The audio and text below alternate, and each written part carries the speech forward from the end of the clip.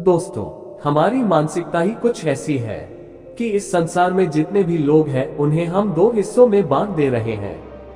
पहला अच्छे लोग और दूसरा बुरे लोग। परंतु हम कभी यह सवाल अपने आप से नहीं पूछते हैं कि कोई व्यक्ति अच्छा या बुरा क्यों बन जाता है।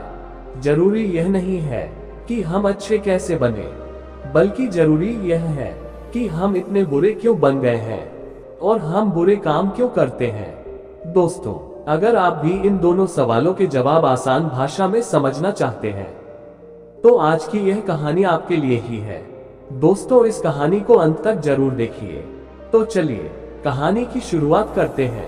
एक नगर में एक बहुत बड़ा शातिर चोर रहा करता था और उस चोर के बारे में जानते तो सब थे, पर आज तक उसे कोई पकड़ नहीं पाया था।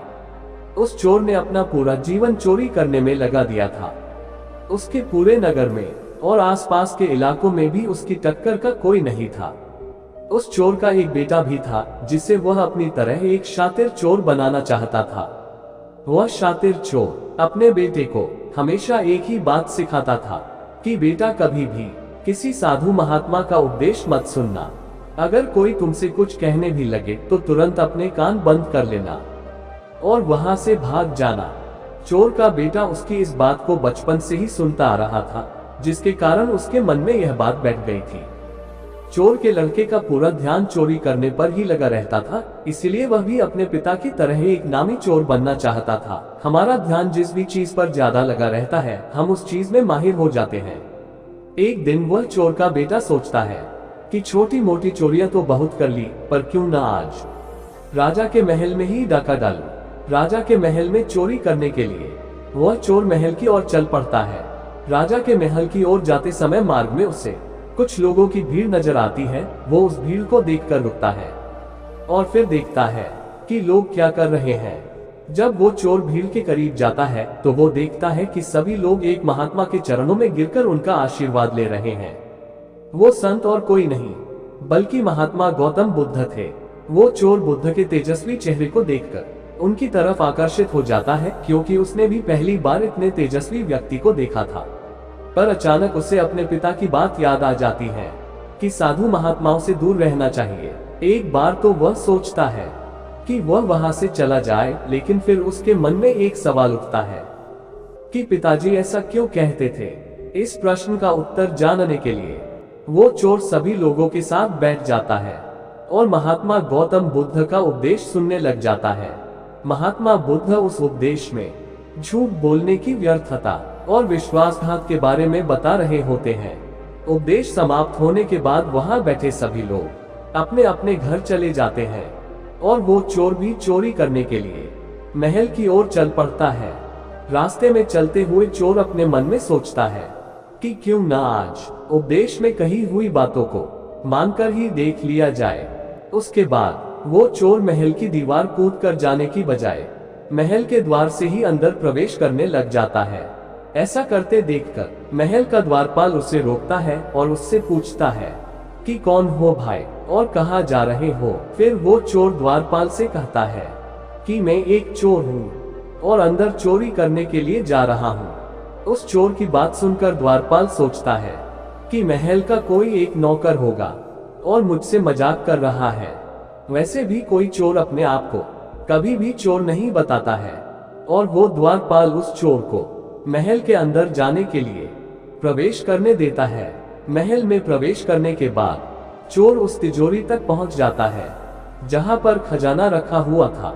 फिर वह चोर उस तिजोरी को तोड़कर बहुत सारा धन अपनी पोटली में भर लेता है और जैसे ही धन लेकर वहां से जाने लगता है तो उसे रसोई का कमरा नजर आता है।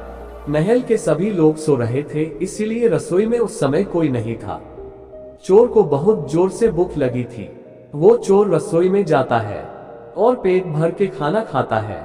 भोजन करने के बाद चोर वहां से जाने ही वाला होता है कि तभी अचानक उसे महात्मा बुद्ध की दूसरी बात याद आ जाती है। हमने जिसका नमक खाया है, हमें कभी भी उसके साथ विश्वासघात नहीं करना चाहिए। चोर मन ही मन सोचने लगा।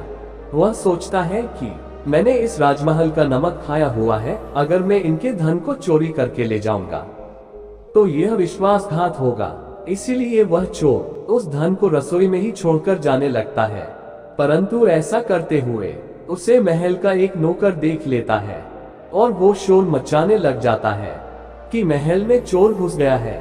नौकर के चिल्लाने से राजा के सिपाही आ जाते हैं और उस चोर को पकड़ लेते हैं। उसे राजा के पास ले जाया जाता है।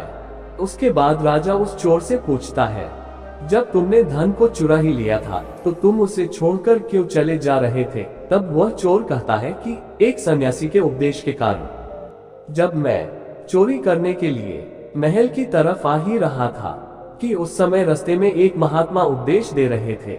मैंने थोड़ी देर वहां रुककर उस महात्मा की बातें सुनी। संत ने अपने उपदेश में कहा था कि किसी के साथ विश्वासघात करना बुद्धिमानी नहीं है बल्कि मूर्खता है।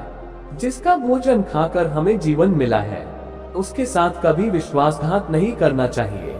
चोर की बात सुनकर राजा प्रभावित हो जाता है और उस चोर से कहता है कि यदि तुम ऐसे उपदेश बचपन से ही सुन रहे होते तो तुम कभी चोर नहीं बनते। जाओ, मैं तुम्हें छोड़ता हूँ। लेकिन एक बात हमेशा याद रखना कि सही संगत और सही उपदेश ही व्यक्ति का जीवन बदल देते हैं। दोस्तों, इस कहानी का उद्देश्य आपको सिर्फ यह सिखाना नहीं है कि आप किसी के साथ विश्वासघात ना करें या झूठ ना बोलें, बल्कि ये कहानी आपको सिखाना चाहती है कि आप बुरे तब तक है जब तक आप सही उपदेश सुनना और सही संगत करना शुरू नहीं कर देते। जो कल आपने गलत संगत करी थी वही आज आपके दुखों का कारण है। दोस्तों, यह कहानी आपको कैसी लगी और आपको इस कहानी से क्या सीखने को मिला, यह हमें नीचे दिए गए कमेंट बॉक्स में कमेंट करके जरूर बताएं। साथ ही अगर आपको यह कहानी पसंद आई होगी तो अपने दोस्तों के साथ इसे जरूर शेयर कीजिए।